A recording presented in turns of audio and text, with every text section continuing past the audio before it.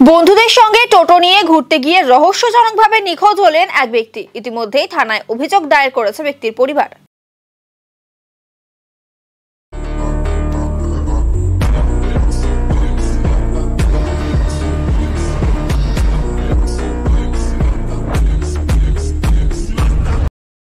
নিখোঁজ ব্যক্তির নাম গৌতম দাস, বাড়ি শিলিগুড়ির 20 নম্বর ওয়ার্ডের দুর্গাদাস কলোনি এলাকায়। পরিবার সূত্রে জানা গিয়েছে, বুধবার দুপুর নাগাদ শিলিগুড়ি দুর্গাদাস কলোনির বাসিন্দা গৌতম দাস তার 6 বন্ধুর সঙ্গে টোটোতে করে ঘুরতে বেরিয়েছিলেন। এর কিছুক্ষণ বাদে গৌতম দাস নামের ওই ব্যক্তি তার স্ত্রীকে ফোন করে জানায় তাকে তার 2 বন্ধু মারধর করছে। এরপরেই তার ফোন সুইচ অফ হয়ে যায় বলেই জানান গৌতম দাসের স্ত্রী প্রিয়াঙ্কা দাস। বিকেল গড়িয়ে রাত হয়ে গেলেও ব্যক্তি বাড়িতে না ফেরায় নিউ জলপাইগুড়ি থানায় অভিযোগ দায়ের করেন পরিবারের সদস্যরা। বুধবার ফুলবাড়ি তিস্তা ক্যানেলে নিখোঁজ গৌতম দাসের খোঁজে যায় নিউ জলপাইগুড়ি থানার পুলিশ ও তার পরিবারের সদস্যরা। ঘটনার তদন্তে নিউ জলপাইগুড়ি থানার পুলিশ। কালকে আমি কাজে যাচ্ছি, আমার বর বাড়িতে ছিল। আমি আবার বললাম তুমি তো কাজে যাচ্ছ না, বাড়িতেই থাকো, ছেলেটাকে দেখো। তো বললো ঠিক আছে। আমি ওইটুকুন কথা বলে আমি 12:30টার দিকে বাড়ি থেকে বেরোয় গেছি। তারপরে আমি 2টার দিকে কাজে, 2:30টার দিকে কাজে আসছি, তখন দেখি আমার মোবাইলে মিস কল আসার পরে আমি ফোনটা ব্যাক করলাম 2:40-এ।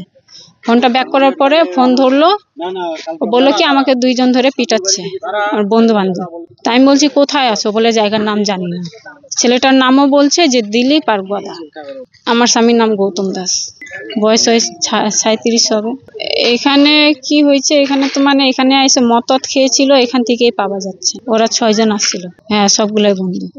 2টা পাওয়া যাচ্ছে না, যার নাম বলছিল তারা পাওয়া যাচ্ছে না, আর 4টা বাড়িতেই আছে। ওই যে আছে তো বন্ধুগুলা সঠিক কথা বলছে না।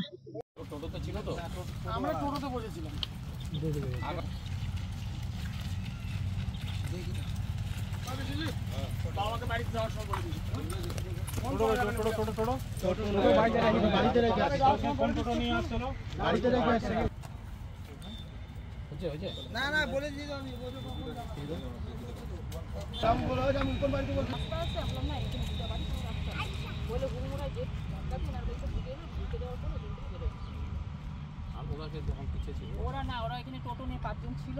5 জন থাকার পরে ওই যে ওখানে আপনার ফুলগাছ ওখানে গেছে। না আমার কথা না, সেটা না। কথাটা হচ্ছে ও যে গ্রুপ